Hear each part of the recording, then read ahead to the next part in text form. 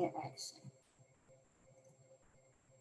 All right, so research, brand, develop, cultivate, and execute. These 5 things are going to be what you need to do to make sure your business is healthy and it is sustainable. And that is more important than just starting a business, because you don't want to start a business and 6 months from now it's flopped and you are not a success and you're having to start all over again. So these steps will help you get there. And unfortunately, you have to follow all 5 of them. You can't just jump in feet first and get to running, because that will cause loopholes in your business. It will cause potholes in your business, and you want to make sure that everything is filled up before you get started. So let's talk about what you need to do before you start any of this, and that is your self-work. You got to make sure that you are praying, meditating, and living a healthy lifestyle. Trust me, you may think that that has nothing to do with your business, but it absolutely does, because you are the owner of your business, and if you're not on a solid foundation, neither will your business. So you have to make sure that you are keeping prayed up, meditating, and making sure that you are living a healthy lifestyle. That's eating healthy, not putting garbage in, making sure that you are working out or doing something like that to keep your energy up, because it will take a lot of energy to start a new business or sustain the business that you have. So I cannot stress enough that you have to do the self-work first.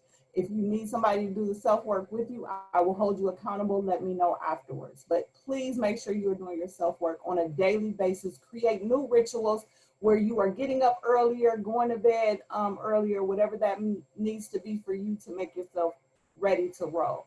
You have to have your energy, and you have to be good to be the owner of your business. All right, so let's get into those 5 steps. The first one is research. Now, what do you mean research? I know what I want to do. I know how to do it. I'm gifted at it. Well, research is bigger than that. There's a lot that goes into starting a business outside of selling that product or performing a service for a person. You have to make sure that you have every duck in a row when it comes to starting a business. What certifications do you need? What type of permits do you need? What are the things that you need to make sure that your business starts without flopping? That's the research that you need to do. You really have to dive into the details. Leave nothing out. You know me, I'm always like, get a notebook and write down, do research. Google is everything. YouTube is everything. Google what you need for a successful business, and then take your flair and add that to it. You're going to successfully start, but will you sustain over a long period of time? That is going to be relative to constant research throughout your business life. You have to make sure that you're always up on the newest trends. You always know what's going on as it relates to your business. So research before you do anything, before you announce on Facebook, before you put on Instagram, I'm doing this, I'm doing that. You need to start here. Number 2 is brand. Now we get really stuck in this area as it relates to branding your business. If you are a true, authentic person who completely and totally knows who you are and walks in your purpose, branding should never, ever be an issue. But because we don't necessarily take our personal lives and string it in with our business lives, we get hung up on branding the business. Well, however old you are, I'm 40, and however old you are, that's how many years you've been branding yourself. So the person that you show up as on social media, the person that you show up as to the party, the person that you show up as to your family, that is your personal brand. That's who you are authentically, right? So all along, we should have been knowing the things that you're getting ready to do. If you are getting ready to start a business that has nothing to do with who you are and your abilities, then you're probably going to fail. You need to rethink what your business is going to be. So if your brand, if your personal brand fits right in with your business brand, branding should never be difficult. Branding is going to come with your self-work. As you start to dig in and find out who you are, that's when your branding is going to come into place. It's going to click. You're going to know, are you sassy? Do you like to give life? Are you very earthy? Those are the things that are going to come through in the brand. So when you start looking at logos, when you start looking at websites, the color scheme should come quickly. The things that you say, how you present yourself on a regular basis is all a part of your brand. So the personal side of you is very much going to play a heavy part in the business side. Even though we take care to separate our Facebook page from business to personal, our Instagram from business to personal, our email from business to personal, there is still a very direct line between the two. So if you have not fully delved into who you are and don't know who you are as a person, yet you're starting all these businesses and jumping from business to business, you're not going to have an authentic brand and people are not going to buy from you. Be who you are and then find a business that fits in with the gifts that God has given you. It's going to be real difficult to sell to people and out in the marketplace if you're in business and what you're selling and the products that you are giving to people and the services that you're providing don't line up with who you are as a person. So the brand work becomes easy when you know who you are, because then you create a business that definitely aligns with who you are and the ideas just start flowing. The brand part is so important because it's the thing that's going to set you apart from everybody else who sells Mary Kay, who has a nonprofit organization, who's a life coach. My brand is I love on women of color. I try to get them and elevate them to the next level. I'm not going to compromise that. Yes, men have money too. Yes, they want to coach as well, but that's not my calling. I want to stay in my lane. Even though I don't have a box, I do have a lane, and that lane is catering to women of color. So you want to make sure that you're authentic in your brand. Do not compromise who you are for money. Do not, because all money is what? It is not good money. So do not compromise your brand and compromise yourself and who you are, your authentic self, just because this business is popping. Okay. All right. Let's see. 3, develop. You guys, here's the work. This is the work before day one. Developing your business before you ever open your door, announce to the public that your business is there, is developing. And this takes time and hard work. This is a part of creating the business that hurts. When I say hurts, I mean you put in long hours. You dedicate long periods of time to really putting in the work of developing a sound business plan that's going to not only work for you for a long period of time, it's going to position you to get funding from grants, this, that, and the other. It's going to position you to keep your customers and not have flippity floppity customers who go here, there, and everywhere because your product is not consistent. You are developing a consistent plan for business. There's no microwave button that you can push and instantly you win at business. I think Denzel Washington said it when he said, I'm a 15-year overnight success. There are no overnight successes for longevity wins. You have to put in the work. You have to organically develop an audience over time. Otherwise, I've seen where people get like 11,000 followers on their social media page, and then they start to dwindle down because you can't consistently keep up your content because you haven't developed a plan. Speaking of that, you have to develop a strategy to market and promote your business. You have to market and promote your business. There has to be a strategy behind it. It can't be random posts here and there on social media marketing. It has to be, you have to know who your people are, who's your demographic, who am I talking to, who are the people who I want to be my customers. Because remember, you choose your customers. If you want your customers to be high-end customers who come in with money to spend and they don't worry about the price tags, then you need to give them content that will draw them in. So you have to know who your customer is. And remember, you get to choose them. You choose who you do business with. Just because somebody walks up to you with a credit card does not mean that you have to engage in a business relationship with them. Remember that. And here's where you create your experience. Develop an experience for whatever you are giving out. Develop an experience for your customers. because this is key. This is what's going to keep them coming back. What is the experience that you give to them when they come and do business with you? Whatever that is, what is the experience that you're giving them? That's so key. For me, I always add added value. When you come to one of these free classes where I talk about the things that you need, at the end, I try to give you some stuff that maybe you've been thinking about, maybe you didn't know about, and I try to add value. That's the experience that I like to create, not only with my group coaching, but also with my one-on-one coaching. So what's your experience? Have you ever called Disney? The Disney experience is amazing. The Ritz-Carlton experience is amazing. Why? Because they have something coined that they do every time. Even DoubleTree, they give you a cookie every time you go to DoubleTree, right?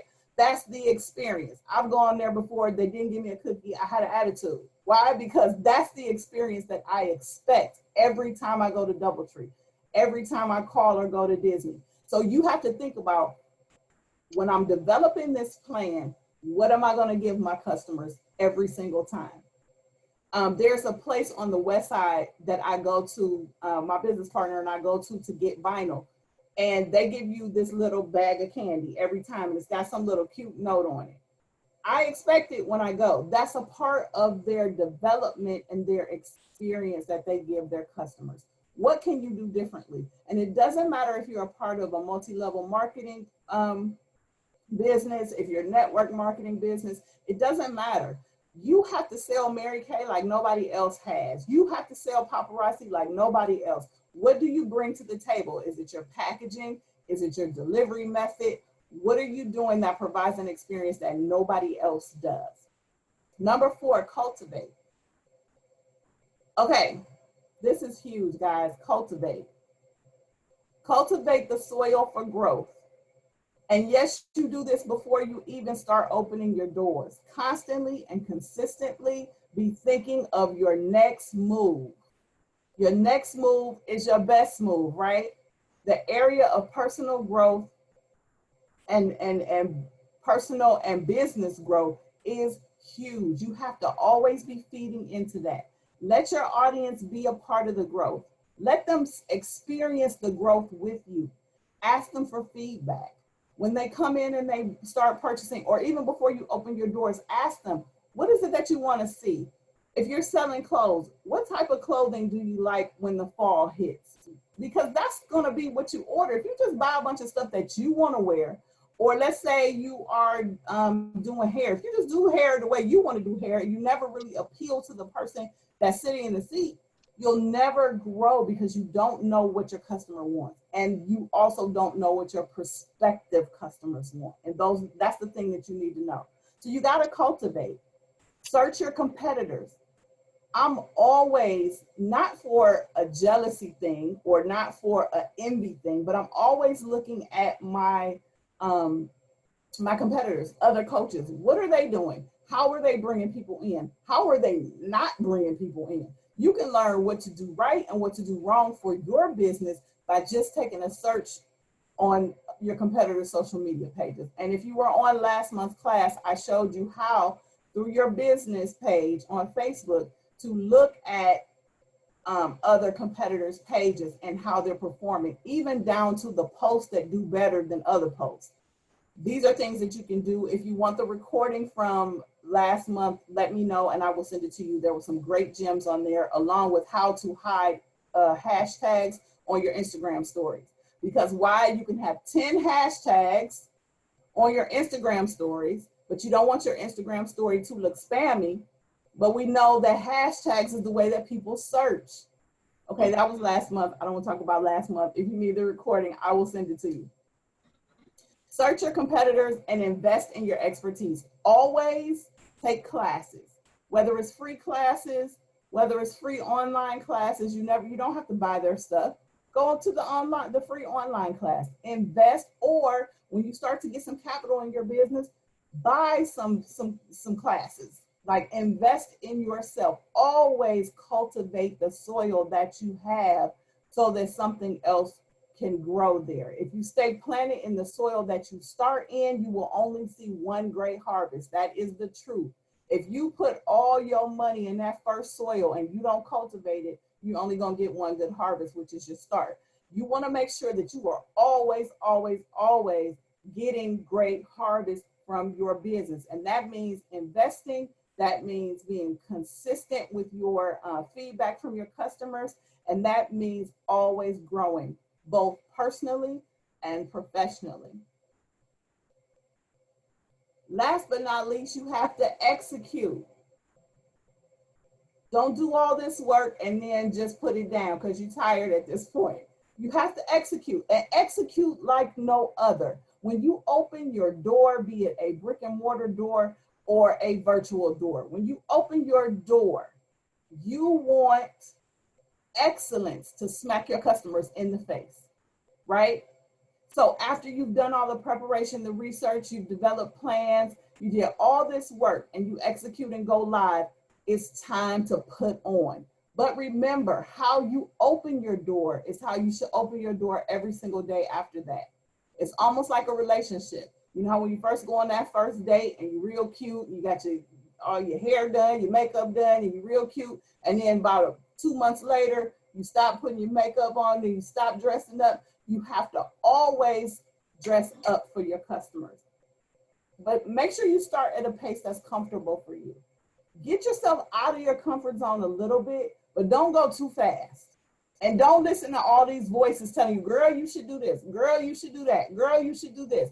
You execute in a manner that makes sense for you and your business. And remember, we're talking about sustainability. How many people have you seen open businesses and have to close the doors because they didn't get through? Lots of times. Start strong so you don't have to start over, which means the pre-work, those 4 steps before execution are critical when it comes to starting a business. If you do have to start over though, at least you have the blueprint because you did those 4 steps. So those are the 5 steps that I have for you. Now I'm gonna do a little bonus work for y'all because I know it's a lot of you guys on here who are ready to start a business and you have questions. And I'm going to go to the chat in just a second. So if you have questions that I have not answered, this is your time, because usually I take the whole hour and I talk a whole lot, but this time I'm not doing that. I want to make sure that I answer all of your questions. So now's the time to chat up your questions. If you have questions, I will answer those at the end of this. It's bonus time. I do my bonuses out of love for you because I know will need help and you'll still need a coach, if not me, someone. So make sure you check out getting a coach for your business and for yourself. Trust me, if you could have done it yourself, you would have already been a rock star and you wouldn't be on my video right now. Not that you're not a rock star, but there's always something to learn. There's always a push that is needed. There's always accountability that's needed. And that's where a coach comes in to just really take your rock star and make you like Michael Jackson or something. All right. Bonus time for you guys. Bonus time. Okay. This is a big question that I get. Registering with the state. Do I have to? Okay. So let's take that question head on. I'm going to start with my network marketers first. If you are in a network marketing business, you are an independent contractor of that business. You are an independent salesperson or representative of someone's business. So you cannot register that business as your own. However, if you have created a brand for yourself, I'm going to use Tracy. I don't know if she's on, but Tracy has created a brand for herself, okay? Or we can use Saz. Saz has created a brand for herself. Any network marketing that they bring into their wheelhouse, right, will fall under that brand. That brand is what should be registered with the state, okay? So for instance, Sweets by Saz, Sprinkles by Saz. So I can't really say by Saz, but let's just use that as an example. So let's just say her brand is by Saz. All things that she does falls up under by Saz. And then she's also going to, so one of her things is network marketing, but the other one is something that she creates herself. So she will need to register her trade name, and she will also need to LLC her business. Now, if you have a halo brand like Glam U, which Tracy has, one of my other coaches, and all of her businesses are network marketing businesses, but they all fall under her halo brand, Glam U, then she would only need to register her trade name, Glam U, right? So nobody else steals it, period. That's it. So what you need to do is when you're going through the research and when you're developing and you're writing your plan, you need to decide, is this something that I'm making or a service that I'm providing that does not fall up under someone else's business? If so, then you need to decide what corporation type should you use, right? Should I use an LLC? Should I use an S Corp? Should I use incorporated? There's all these different, should it be a nonprofit? Should it be this? Should it be that? That's the questions that you need to ask yourself once you decide, is this someone else's business or is this something that I'm doing myself, period, okay? Once you make that decision, if it's someone else's business, but you have a personal brand and you're an independent contractor of somebody else's business, then you know you need to trade name just your halo brand. And for those of you who've gone through Let's Win Sis 1.0 and 2.0, you know what halo branding is. If you want to know about it, I'll talk about it with you on the side note. Okay, do I need an EIN? Yes. Period. Now, if you don't have a brand, if you're going to sell let's say you're going to sell Total Life Changers tea, and that's all you're going to do, and you're going to do it as yourself. For me, let me use myself for an example. I'm going to sell this ISO tea. Stacy Purpose Kirk, that's who I am. I'm not a brand. I'm just a person selling a product. I do not need, right, I don't need a trade name because my name is my name and nobody else can take that away from me. I don't need an LLC because this is not my business, and I don't need an EIN. That's kind of iffy. You might still want to get one, but your EIN needs to be registered to a business that is registered with the state. Right? So if your business is not registered with the state, or you as a person is not registered with the state, then you don't need an EIN because the EIN is for business. Your EIN is your social security number. Okay? That's the difference. An EIN goes up to the business, and if you don't have a business and it's just you doing a thing, then you use your social security number for things like banking, etc. Okay. How important is a business bank account? It's very important. Very important. Do not mix your personal money with your business money. Long term gets you in trouble with the IRS. Okay? So register with the state, get your EIN, get your business bank account. In that order, guys. Or you can kind of flip. No. In that order. Let's do it in that order. Register with the state, get your EIN, get a business bank account. You need both of those 2 steps ahead to get your business bank account. You cannot get a business bank account with your social security number, okay? You need an EIN, okay? That's a personal checking account. If you go into the bank and say, here's my social security card, that's a personal checking account.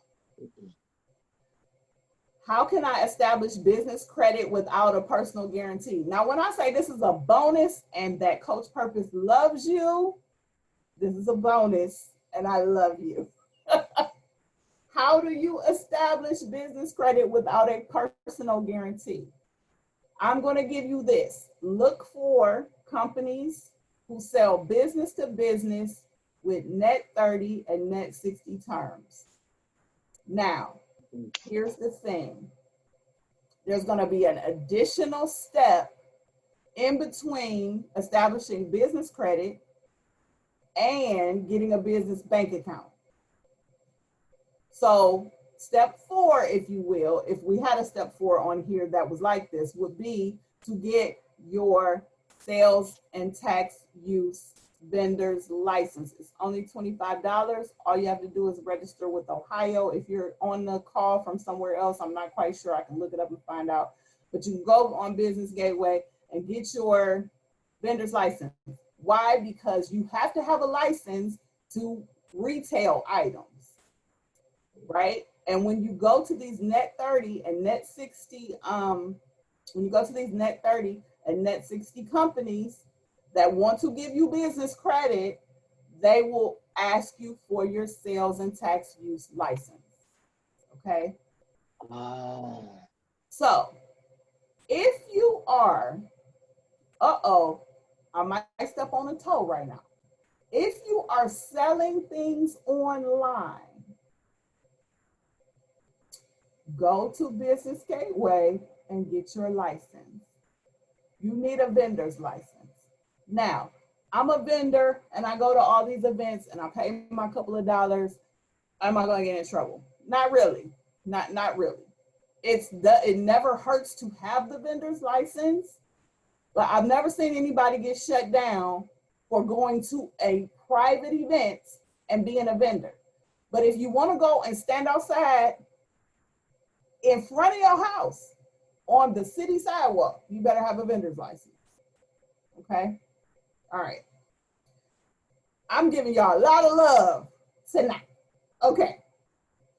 Do you need a website, logo, separate business email before you start or when you start? Can it wait? I'm going to say no, it can't wait. But you can get, here's the workaround. If you're not ready to buy or pay for a website, get a free website like Wix. But you know how it has that wixsite.com, blah, blah, blah, blah, blah, and then it gets to your name at the end. Create a bit.ly for that link. bit.ly, create a bit.ly for that long link and make it personalized to you. If you want to know more about that, you got to hit me up in my inbox. But so you don't necessarily have to do that. There are also free websites that you can get a logo done. Now, it will look kind of free-ish, but you should always have a logo no matter what it is. Even if you draw some on piece of paper, you should have a logo that represents you in some fashion, okay? A separate email, absolutely. If you're anything like me, at some point I signed up for a billion different things, and my personal email has about 900 unread emails right now. You do not want to miss a business email. You do not want to miss a business email. So you absolutely, and it looks more professional. Now, does having a .com email look better than the Gmail? It doesn't matter. People don't care. My business email for my coaching is letswinsis@gmail.com. And every time I tell somebody that, they're like, oh my God, I love that. So I don't have a letswinsis.com email, but that's okay.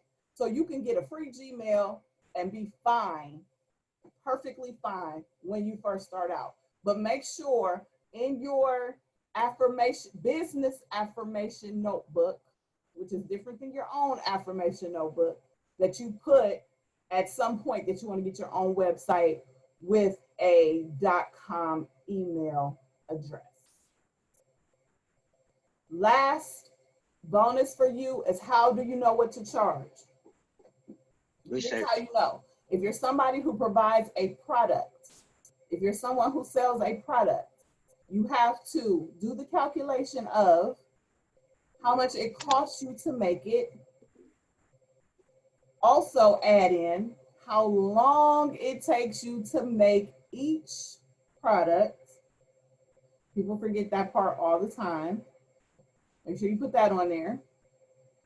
And then how much profit that you feel is comfortable that you should receive from every item. Now, you should also make this a part of your research step. That's why research is number one, because you need to know what is the industry standard for the product that you're making.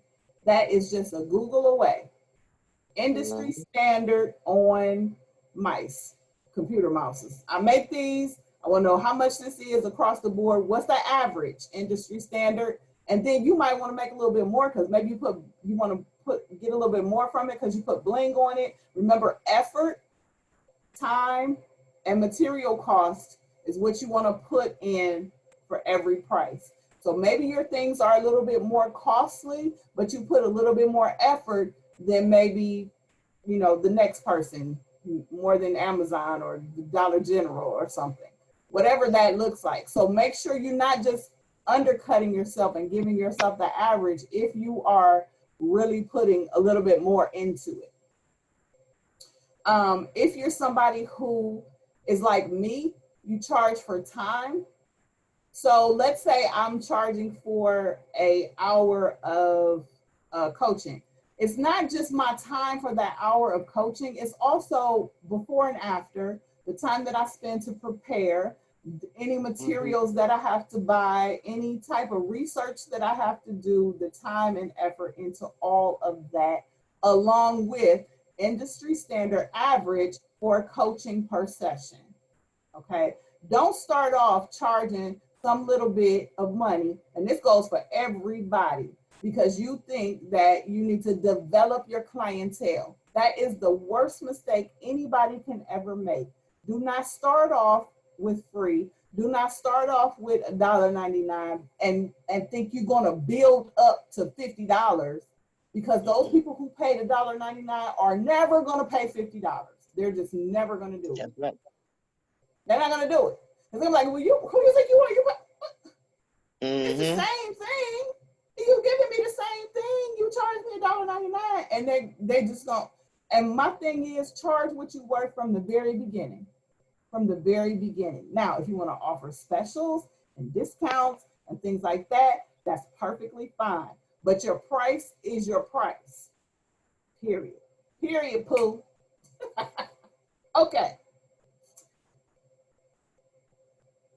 I am going to go live for about 3 or 4 quick seconds after we get done to pull some names for the prizes. We had some people in my coaching community who volunteer prizes. I love them so much, and I'm going to pull some names at some point tonight so that you guys can win those prizes.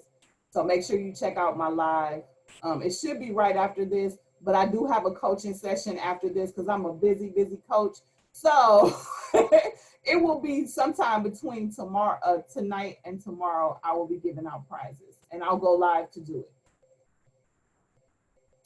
The last thing I want to say before I look at the questions is, did I add value? Now, normally, as Cece says, here's where I pass the virtual collection plate, and if I added value for you, you can send me Cash App. You can still send me Cash App. Everybody knows my Cash App is Les Win Sis. But you don't have to. Tonight, if I added value, if I gave you inspiration, if I gave you motivation, if I gave you a tip on something that you never thought about before, then please make a post on Facebook tonight, right after this session, and tag me in it, that you were on the Zoom with Coach Purpose, and it motivate, whatever you want to say really nice about me and this session tonight.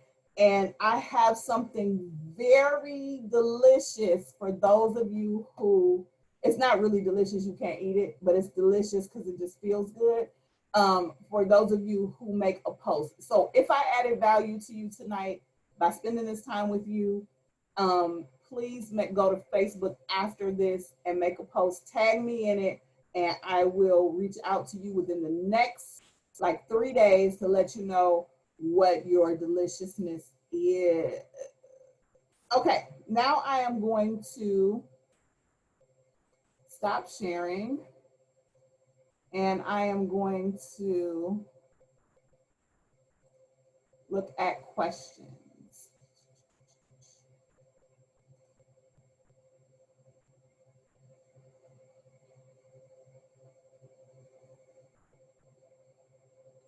As an independent contractor, do you need an EIN when receiving a 1099? 1099s use your social security number. So those, when you're filing your personal taxes, they send you a 1099, and that is going to be that's going to be related to your, I'm sorry, I'm all over the place. That's going to be related to your social security number. So that is personal. Independent contractors are personal. They are not business.